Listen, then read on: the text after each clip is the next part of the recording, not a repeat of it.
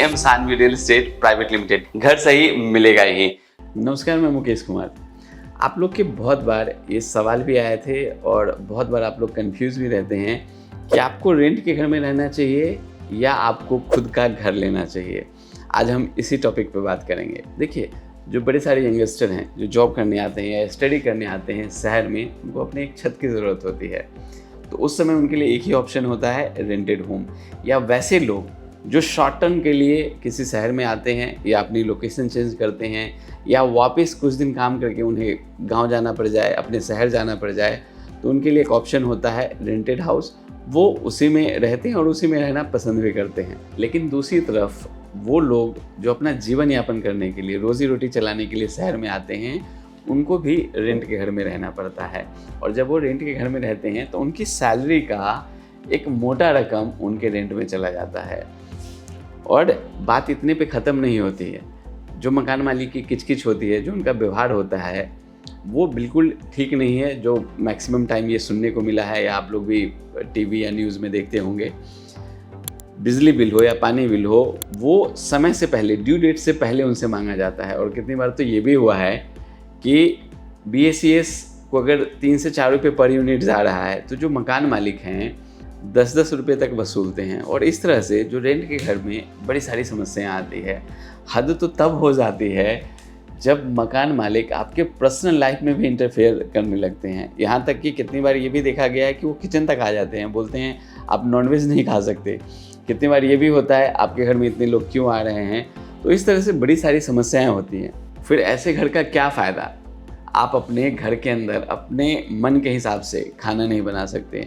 Loud music सुनने का मन है, वो नहीं आप सुन सकते हैं। अपने रिश्तेदार को, फ्रेंड्स को, दोस्त को फ्रीली बुला नहीं सकते। तो सर, ऐसे घर का कोई फ़ायदा नहीं। हालांकि आप पैसा हर महीने अपने जेब से पे कर रहे हैं, लेकिन उसके बाद भी ये सारा आपको प्रॉब्लम फेस करनी पड़ती है। जब मन आया रेंट बढ़ा दिए। और हद तो तब हो जाती है, रेंट बढ़ाने के बाद भी पता चलता है कि अगले सप्ताह आपको खाली करना है। और इस कंडीशन में जब आप घर खाली कर रहे होते हैं, घर को शिफ्ट कर रहे होते हैं, तो आपको शिफ्टिंग के चार्जेस भी देने होते हैं। और शिफ्टिंग में अगर कुछ टूट फूट गया तो वो लॉस आपको अलग से बियर करना पड़ता है। चलिए, आप शिफ्ट हो भी गए, लेकिन इस बात की क्या गारंटी है कि जो अगला लैंडलॉर्ड है वो सही होगा? अगर सही है तो सब ठीक है, लेकिन अगर वो पिछले की तरह हुआ तो फिर से वही समस्या। तो सर, ऐसा करके आप कब तक एक घर से दूसरे घर, दूसरे घर से तीसरे घर, हर साल आप नए घर में जाते रहोगे, हर महीने आपके जेब से पैसा जाता रहेगा, तो कब तक ये चलता रहेगा? ये सिर्फ आपके अकेले की प्रॉब्लम नहीं है। रेंटेड होम में ये समस्या आम बात हो चुका है। जनरली ऐसा देखा गया है, जो 40 साल के ऊपर के लोग होते हैं वो चाहते हैं कि अपना छत हो जाए, घर लेने का सपना पूरा हो जाए, उनका खुद का एक घर हो जाए।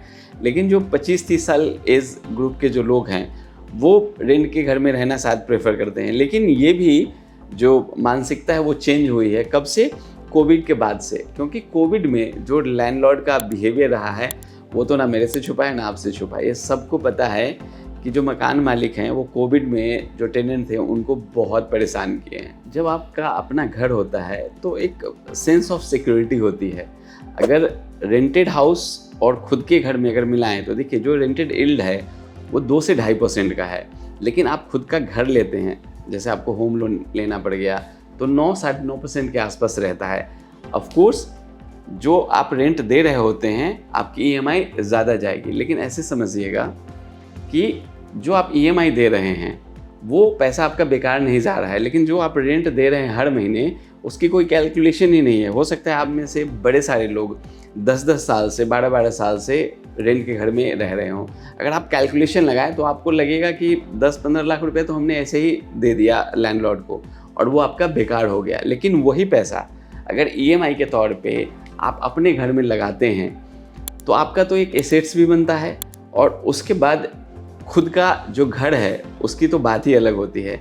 और एक चीज़ और भी मैं आपको बताना चाहूँगा, जब आपका खुद का घर होता है किसी मेट्रो में, किसी शहर में, तो वो एक स्टेटस सिंबल भी है। अगर आपके पास डाउन पेमेंट कम है तो छोटे घर से भी शुरुआत की जा सकती है। आप 1 BHK ले सकते हैं, 2 BHK ले सकते हैं, जहाँ पे आपको मिनिमम डाउन पेमेंट में आपका घर हो जाएगा।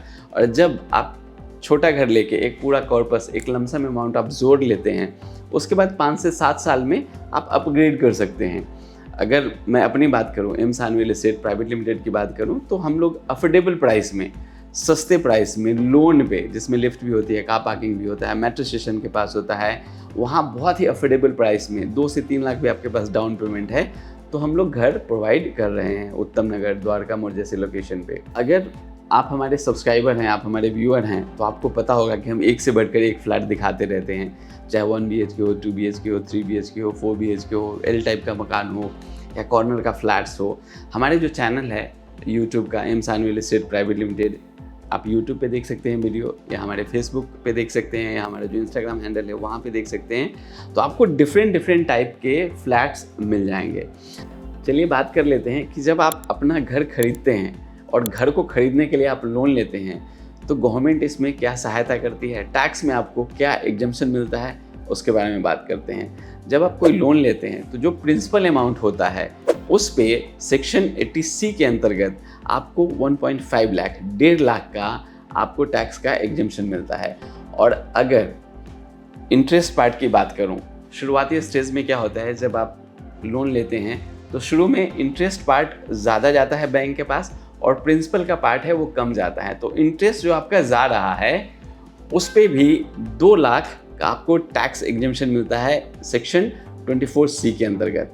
और एक चीज़ और भी बता दूं, अगर आप घर खरीदते हैं अफोर्डेबल प्राइस में 45 लाख से नीचे का अगर आप घर खरीदते हैं तो सरकार एक एडिशनल एग्जम्पशन देती है सेक्शन 80EE के अंतर्गत, जहां पे आपको 1.5 लाख रुपए का और टैक्स का एग्जम्पशन मिलता है। तो सर इसीलिए कहते हैं कि अपना घर जितना जल्दी हो सके उतना ले लीजिए।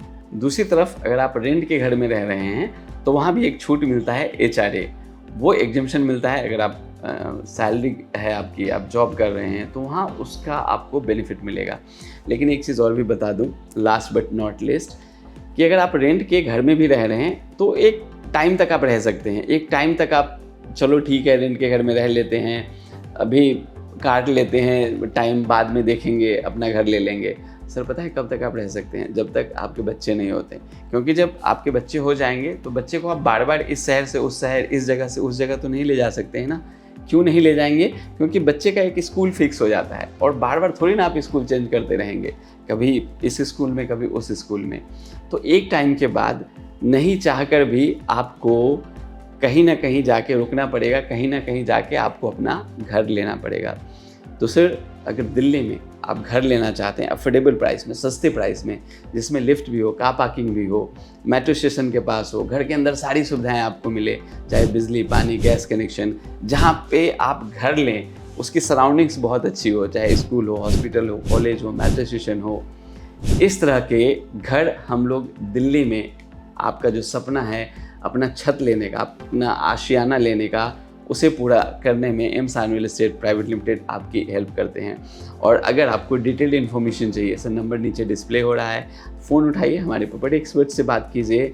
और अगर दिल्ली जैसे शहर में आपको अफोर्डेबल प्राइस में घर चाहिए तो सर हमारे पास आइए। चैनल को अगर आपने सब्सक्राइब नहीं किया है तो इस तरह के इन्फॉर्मेटिव वीडियो के लिए चैनल को सब्सक्राइब कर लीजिए। Thank you.